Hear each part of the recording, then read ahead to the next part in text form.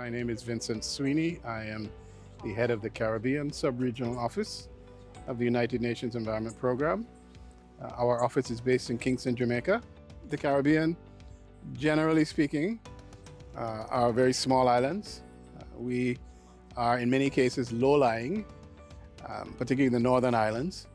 And we rely, for example, to a large extent on groundwater in many of our islands. So the issue of sea level rise has many impacts, including on our freshwater sources, which in some cases is quite limited. In fact, the islands that ironically are the flattest are the ones that have the least amount of water availability. In addition to that, of course, sea level rise affects storm surge, and we are subjected to storms, particularly hurricanes, and therefore the impacts that are already severe from the annual storms that affect our region are going to be even further exacerbated by sea level rise. So we, as small islands, we don't just talk about it as an academic concern. We realize that it can affect us. It can take away some of our land from a practical perspective, and it can also exacerbate the impacts of climate change in many different ways.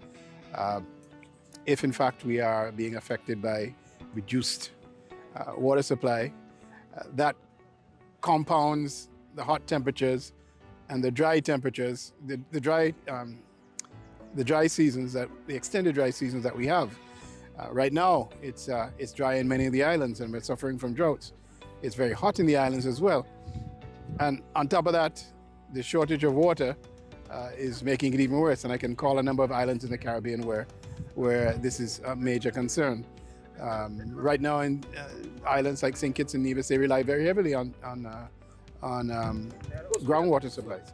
So when we have a drought and we have limited groundwater and we have sea level rise and we have saltwater intrusion into aquifers, they're all compounding each other. So it's not like we can pick up and move and go somewhere else. You know, it's happening in our locality, and basically we have to deal with it rather than run away from it.